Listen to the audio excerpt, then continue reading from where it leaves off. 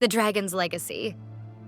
In the distant realm of Ardanthia, where sapphire skies shimmered with the wings of dragons and ancient forests, whispered secrets only the wind could hear, the bond between dragon and rider once governed peace.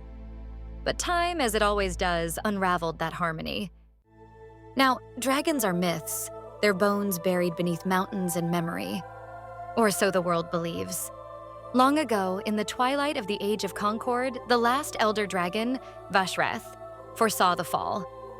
With his final breath, he whispered a prophecy to the wind. The flame shall sleep in mortal blood, and through her rise anew. This is her story. Chapter 1, The Ember Within. 16-year-old Kaylin Thorne lived at the edge of Greymore, a quiet village surrounded by mist-cloaked woods.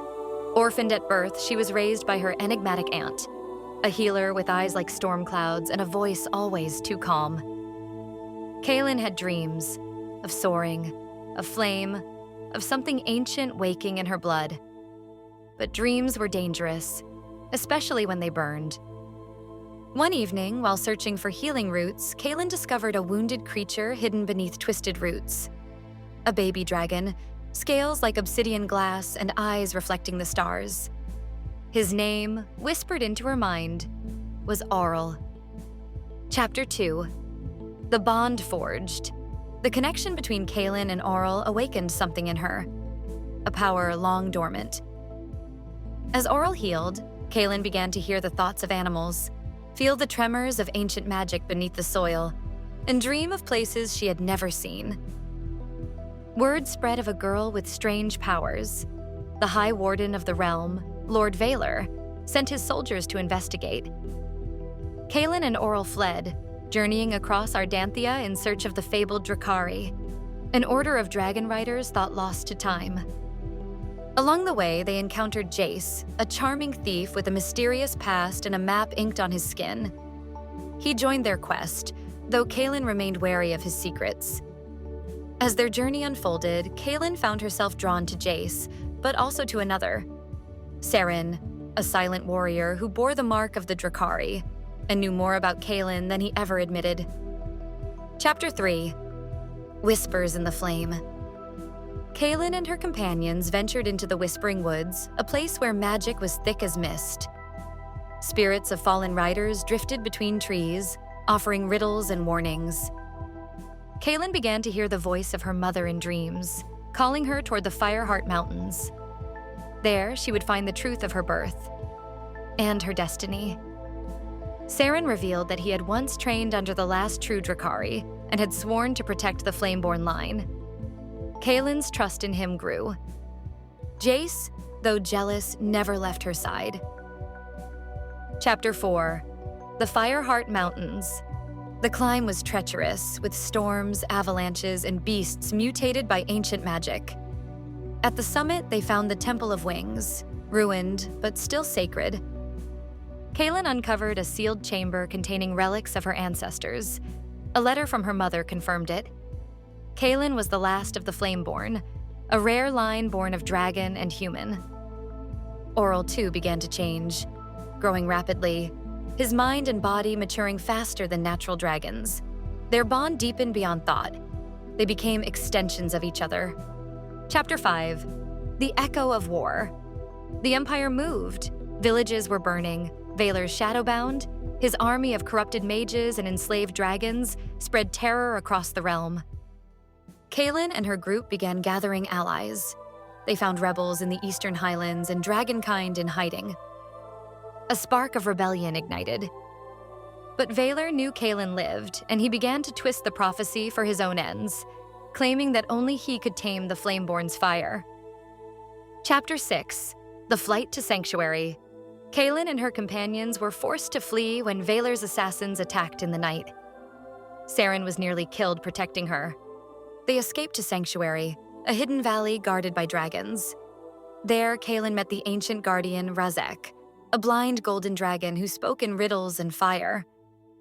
He taught her the truth of dragonfire, that it was not meant to destroy, but to renew. Kaylin began training with the Drakari's lost techniques, pushing her bond with Aurel to its limits. Chapter 7, The Trial of Flame. To awaken as Drakari, Kaelin had to undergo the trial of flame. In the heart of the volcanic peaks, she faced visions of her past, truths of her bloodline, and the fire within her. Kaelin was not just a dragon rider. She was the last descendant of the Flameborn, an ancient bloodline born of dragon and human, forged during the Age of Concord. But with this power came danger. The ancient enemy of the dragons, the Shadowbound, had also returned, led by none other than Lord Vaylor, who sought to enslave dragons and rule Ardanthia. Chapter 8, The Shadowbound's Reach. Freshly awakened from her trial, Kaelin's power now surged with raw intensity, but there was no time to celebrate. Saren returned from a scouting mission with grim news. Vaylor's Shadowbound had tracked them. They were no longer safe in the mountains. They fled into the sky on Aural's back, but the Shadowbound rode on twisted wyverns, creatures malformed and enslaved.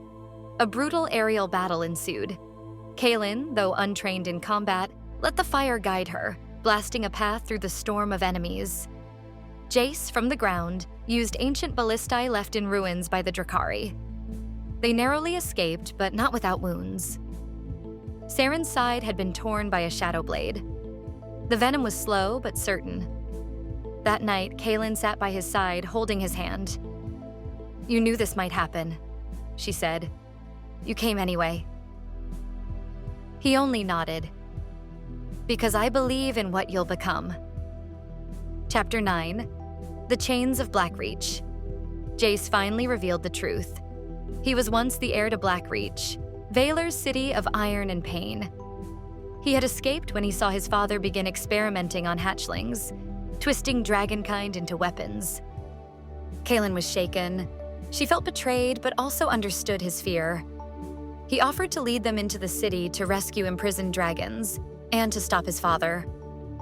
Together, they infiltrated Blackreach through underground canals. What they found horrified them. Dragon eggs suspended in crystal, wormlings bound in chains, minds broken. Kaelin lost control. Her fire scorched the chamber, but Aural calmed her with a single word: balance. They freed as many dragons as they could, rallying both human and beast in defiance. A young wyvern named Tessa, broken but not lost, followed Kaelin loyally from that day. Chapter 10, Fire and Betrayal. As they escaped Blackreach, Saren collapsed. The venom had reached his heart. Kaelin tried everything. She poured her fire into him, wept flames, but nothing worked. Saren grasped her hand. "Your path is not mine, but I will watch you from the stars." He died beneath the sky, as the freed dragons keened their sorrow. That night, Jace kissed her. It was desperate, aching, real. She didn't stop him. But the next day, scouts brought a warning. Vaylor himself rode with an army to the Shattered Vale. Chapter 11, The Heart Divided. Kaelin stood at a crossroad of love and purpose. Her heart grieved Saren, burned for Jace, but knew she was now more than either. They rode east to the Vale, where the final confrontation loomed. In the silence of night, Kaelin opened her mother's letter. It spoke of the Flameborn's purpose, not as rulers, but as healers of the bond between human and dragon. She realized then, to win, she must not only destroy Vaylor, but mend what had been broken. Chapter 12, The Shattered Vale. The armies met beneath a blood-red sky. Vaylor rode the last enslaved elder dragon, Malgarax, bound in shadow steel. Kaelin led the charge, riding Aural with her fire blazing like a second sun. Dragons clashed in the sky.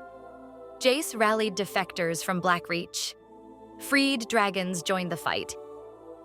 Kaelin flew to face Vaylor. The battle above the Vale was like legend. Flame versus shadow, light versus venom. When Malgarax broke free of Vaylor's chains, it turned on its master. In fury, Vaylor consumed himself with dark magic. One final strike. Kaelin merged with Aural, becoming pure flame. She met the blow with light, not rage. And Vaylor was no more. Chapter 13, Ashes and Dawn, The battle ended with fire raining like stars. The veil healed. The dragons scattered to the winds, free. Some stayed near Kaelin, watching, waiting. Jace, wounded but alive, stood beside her. He offered her the locket his mother gave him. "I don't know what I am without the crown, but I know who I am with you." Kaelin kissed him, but said, "I can't promise more. My path isn't finished."